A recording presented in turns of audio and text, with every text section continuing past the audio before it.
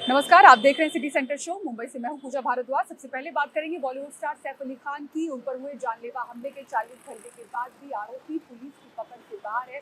बताया जा रहा है कि आखिरी बार उसे बांद्रा स्टेशन पर देखा गया। अब तक इस मामले में पुलिस की जांच कहां तक पहुंची है, दिखाते हैं आपको इस रिपोर्ट में। ये सीसीटीवी तस्वीर रात 1:37 की है। ये शख्स तब मुंह ढककर सैफ की इमारत के 6ठे माले पर जा रहा है। मुंबई पुलिस ने इससे मिलते जुलते चेहरे वाले एक शख्स को बांद्रा थाने बुलाकर पूछताछ की, मगर उसे छोड़ दिया गया। यानी अब इस वारदात को 2 दिन होने जा रहे हैं, लेकिन मुंबई पुलिस को मुख्य आरोपी का पता नहीं है। इस मामले में मुंबई पुलिस सैफ के घर कारपेंटर का काम कर रहे वारिस अली सलमानी से भी बीते 24 घंटों से पूछताछ कर रही है। ये उसकी पत्नी नसरीन का कहना है। मेरे आदमी कारपेंटर का काम चालू किए थे, उसी दिन ये केस हो गया। रात में मैं मिलने आई, पूछताछ के लिए लाए हैं। पूछताछ के लिए आए हैं। कितनी देर से आपके पति यहाँ पर हैं? 24 घंटे से ऊपर हो गया। क्या नाम है उनका? वारिस अली सलमानी। आपको पुलिस की तरफ से कुछ बताया गया है कि क्या कारण? पुलिस बोले आप लोग घर जाइए, वो आराम से हैं, लेटे बैठे हैं, उनको कोई दिक्कत नहीं है, सिर्फ पूछताछ हो रही है बस। कल सुबह 4 बजे पुलिस लेने आई थी कि उनको यहाँ बुलाया गया था? पुलिस नहीं आई थी, फोन करके सर लोग बुलाए थे। तो सीसीटीवी फुटेज से कुछ साफ संकेत मिलने के बावजूद आरोपी पुलिस की पकड़ से बाहर है।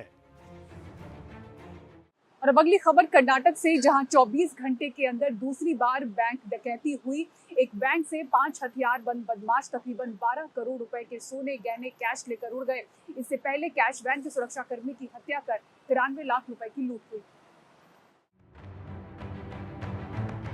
मैंगलोर के पास उल्लाल के सहकारी संघ बैंक कोटेकर में तकरीबन 12 करोड़ रुपए मूल्य के गहने, सोना और कैश की डकैती के बाद इसी ब्लैक फिएट कार में बदमाश भागे। पुलिस के मुताबिक 25 से 35 वर्ष की आयु के 5-6 व्यक्तियों का हथियारबंद समूह नकाब पहने हुए बैंक में घुसा।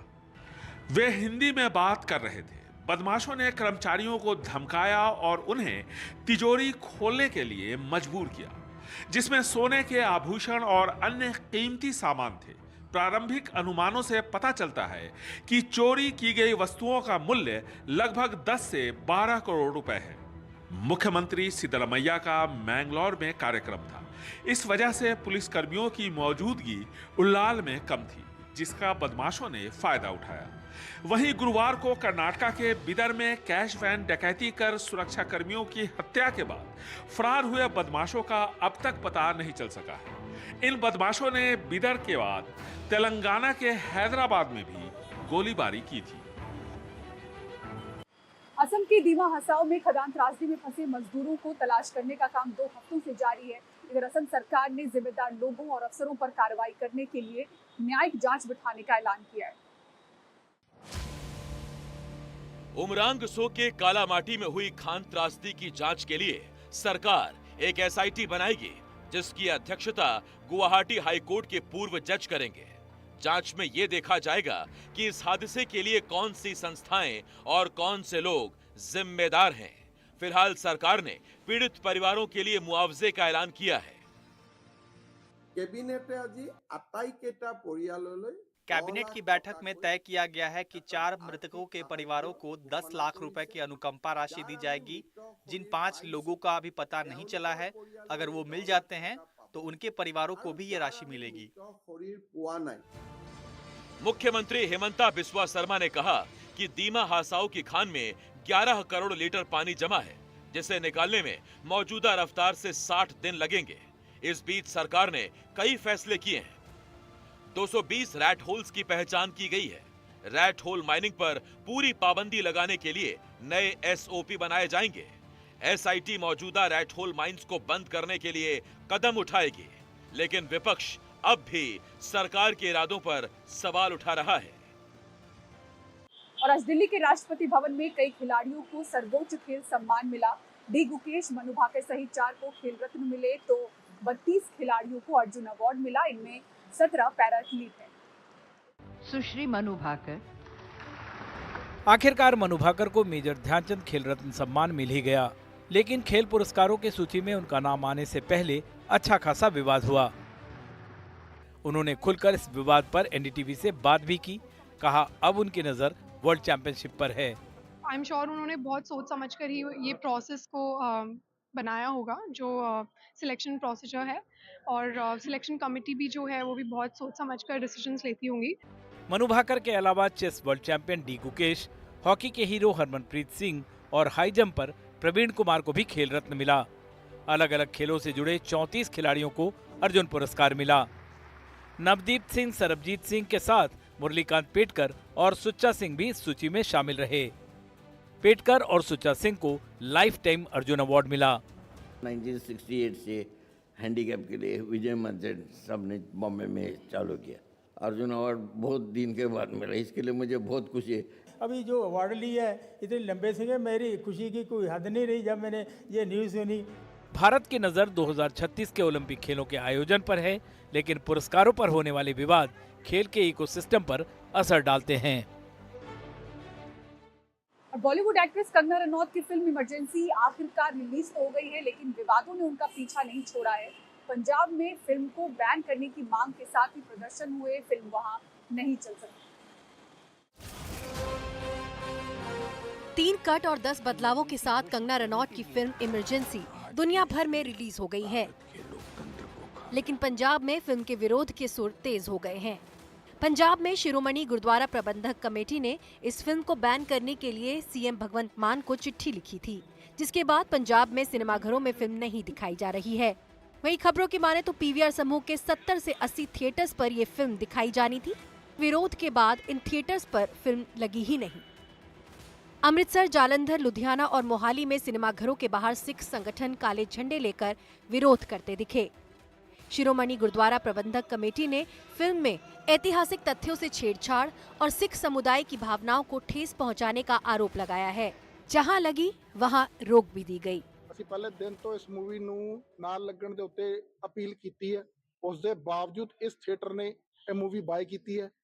ਜਿੰਨੇ ਜਲੰਧਰ ਵਿੱਚ ਥੀਏਟਰ ਨੇ, ਈਵਨ ਜਿੰਨੇ ਪੰਜਾਬ ਵਿੱਚ ਥੀਏਟਰ ਨੇ, ਇਹ ਕਿੱਥੇ ਵੀ ਇਹ ਮੂਵੀ ਨਹੀਂ ਲੱਗੇਗੀ, ਇਹ ਨਹੀਂ ਲੱਗਣ ਦਿੱਤੀ ਜਾਏਗੀ। ਇਹ ਬਿਲकुल क्लियर स्पष्ट है।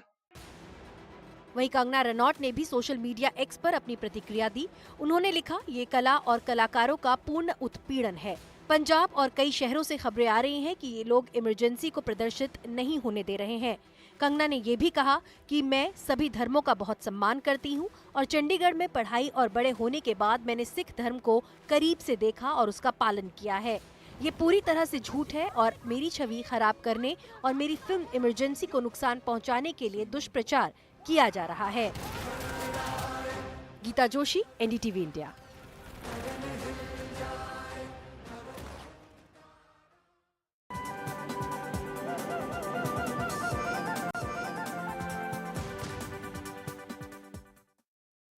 अभिनेता सैफ अली खान अब खतरे से बाहर हैं। उन्हें आईसीयू से स्पेशल रूम में शिफ्ट कर दिया गया है। हालांकि उनकी रीढ़ की हड्डी में जिस तरह से चोट लगी वो बेहद गंभीर बताई जा रही है। चाकू का ये वो टुकड़ा है जो सैफ अली खान की रीढ़ से निकाला गया। सीसीटीवी फुटेज में ये हादसा कैद हुआ जो उनकी जान पर भारी पड़ सकता था। सैफ अली साहब का जब हॉस्पिटल आए थे तो मैं वो डॉक्टर था जो उनको फर्स्ट आवर में मिला हूँ। पूरा उनका उसमें ब्लड था, but he walked in like a lion and only with his small child, that is 6-7 साल का उनका जो लड़का है, तैमूर है शायद उसका नाम। He is doing presently very well. His parameters have improved. He is being shifted from ICU to a special room for him. NDTV ने उस ऑटो रिक्शा वाले से भी बात की जिसने समय रहते सैफ को अस्पताल पहुंचाया था। वाइट कमीज सलवार पहन के पूरा एकदम बिल्कुल खून से लदा हुआ है, बिल्कुल रेड कलर का पूरा दिख रहा वाइट। तो देख के उसके बाद जैसे घाव लगा है कि बोलो चलो ठीक है बैठो बैठो बैठो, तो बैठाया गया। उनके बाद एक बच्चा बैठा उनके साथ में, एक यंग आदमी जो थे उनमें साथ में बैठे गए। तो बोले चलो हॉस्पिटल लेके चलो। हॉस्पिटल का डिस्चार्ज नहीं हुआ था। उसके बाद में फिर जब गार्डन पार करने के बाद बोले कि अपना होली फैमिली चला जाए कि अपना लीलावती, तो सैफ बोले कि लीलावती लेके चलो। सैफ अली खान की हालत अब स्थिर है और डॉक्टरों की मेहनत और समय पर इलाज ने उन्हें एक बड़े खतरे से बचा लिया। हालांकि आरोपी की तलाश अब भी जारी है। और देश के सबसे बड़े auto show Bharat mobility global expo 2025 की आज से शुरुआत हुई। प्रधानमंत्री नरेंद्र मोदी ने भारत मंडपम में इसका उद्घाटन किया। दिल्ली के भारत मंडपम में तरह तरह की गाड़ियों की बहार है। शुक्रवार को प्रधानमंत्री ने इस ऑटो एक्सपो का उद्घाटन किया। बीते साल में भारत की ऑटो इंडस्ट्री करीब 12% की ग्रोथ से आगे बढ़ी है। Make in India, make for the world के मंत्र पर चलते हुए अब एक्सपोर्ट भी बढ़ रहा है। इतनी तो दुनिया के कई देशों की पॉपुलेशन नहीं है जितनी हर साल भारत में गाड़ियां बिक रही है। इस बार ऑटो शो में 34 ऑटोमोबाइल कंपनियां शामिल हैं। मुख्य आकर्षण इलेक्ट्रिक गाड़ियां हैं जो लगभग सभी बड़ी कंपनियों के पवेलियन में नजर आ रही हैं। देश की सबसे बड़ी कार निर्माता मारुति सुजुकी ने अपनी पहली इलेक्ट्रिक कार ई विटारा को इस बार लॉन्च के लिए तैयार कर दिया है।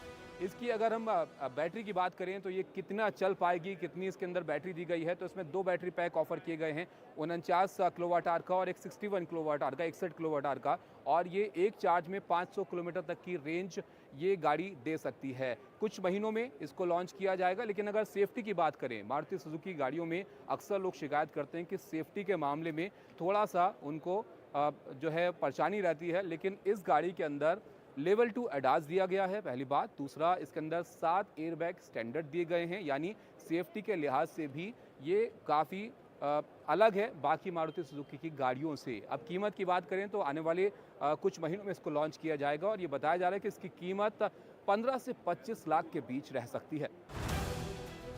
हुंडई ने भी सुरक्षा से जुड़े आधुनिक फीचर से लैस क्रेटा इलेक्ट्रिक को लॉन्च कर दिया। क्रेटा इलेक्ट्रिक में 2 बैटरी पैक दिए गए हैं और इसकी शुरुआती कीमत 17,99,000 रुपए रखी गई है। जहां एक और बड़ी कंपनियां इलेक्ट्रिक मॉडल उतार रही हैं, तो एक स्टार्टअप हमें ऐसा भी मिला जिसने सोलर पावर से चार्ज होने वाली कार बनाई है।